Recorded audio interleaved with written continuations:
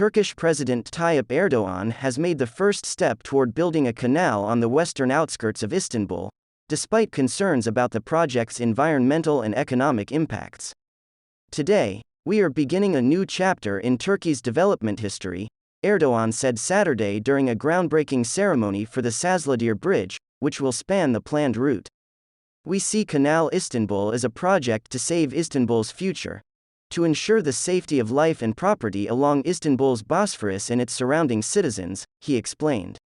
According to the government, it will reduce ship traffic and the risk of accidents in the Bosphorus Strait, one of the busiest shipping lanes in the world, which connects the Sea of Marmara and the Black Sea.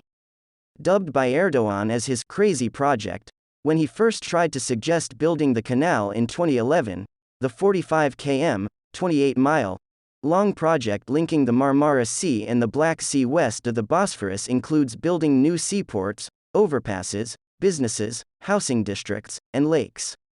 Erdogan said the canal, which is expected to cost 15 billion, will be completed within 6 years. This is not a fountain dedication ceremony, he stated during the event. Today, we are laying the groundwork for one of the world's finest canals. According to Mustafa Ilikali, a transportation professor and former member of parliament, marine traffic in the Bosphorus has increased 72% since 2005. Tankers present a risk of collisions in the narrow strait. Currently, pending vessels pollute the sea and contribute to emissions, he explained. Muzaffer Bayram, an Istanbul resident, sees the canal as beneficial to Turkey. Do you see these ships anchored? They will not wait here once the canal is completed.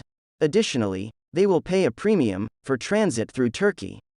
It is in the best interests of my country, he explained.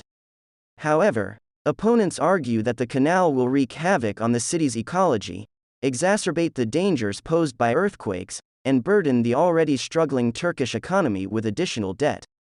Through this new canal, the waters of the Black Sea and Marmara will mix. This will have an ecological impact and jeopardize an already precarious water supply and marine life, said Pinar Giritliolu, vice president of the Chamber of Urban Planners.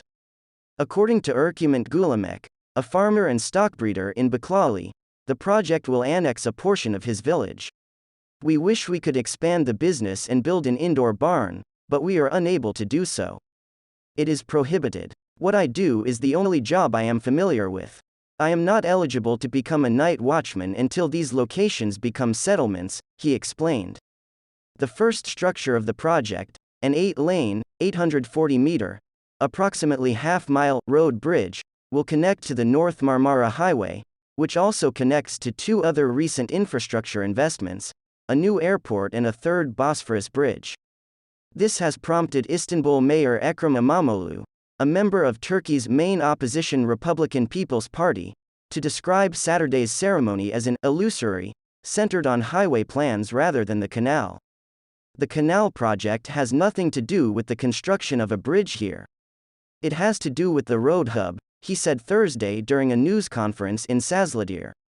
While a 15-fold rise in traffic in the Bosphorus over the last half-century is a significant issue, it must be balanced against environmental and geopolitical issues, including rumors that the project will get significant funding from China.